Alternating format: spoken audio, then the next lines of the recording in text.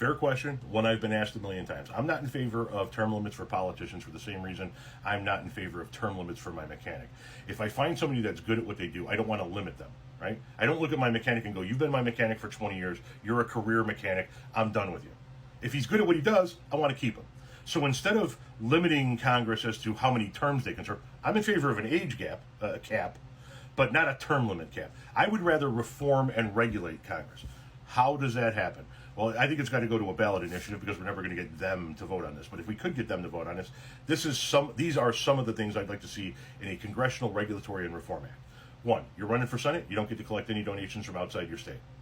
2, you're running for the House, you don't collect any donations from outside your district.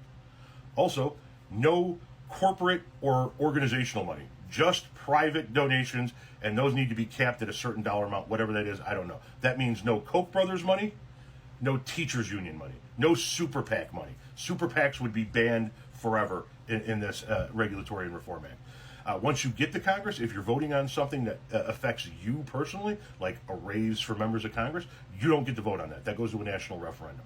You work for us. I've owned multiple businesses, and none of my employees have ever been able to walk into my office and go, we took a vote, here's what we're making now. We determine what you make. You also get put on a 401k. You want a retirement program? Fine. You put some in, we'll put some in, just like everybody else in the country. Speaking of just like everybody else in the country, you also have to work 5 days. You don't get a travel day. I don't give a fuck that you live in Alaska, if you live in Hawaii, if you live in California. You work Monday through Friday. Furthermore, any bills that you pass are standalone bills. If you're funding the military, you're voting to fund the military. If you're naming a post office, you're voting to name a post office. You're also barred from lobbying Congress for life after you leave office, but I don't think that that's going to be too much of an issue with money being gone from politics. I don't want to hear about how you can't afford an apartment in D.C. and a house in your district. So we're going to build state-of-the-art dorms for everybody, and that's where you live, period. You live in a dorm when you're in Washington, D.C. doing the people's work. I think if we do that, if we regulate Congress, then we get rid of the people who are there to make money and become powerful, and you get down to the people who actually want to serve their constituents, and then you won't want to limit them.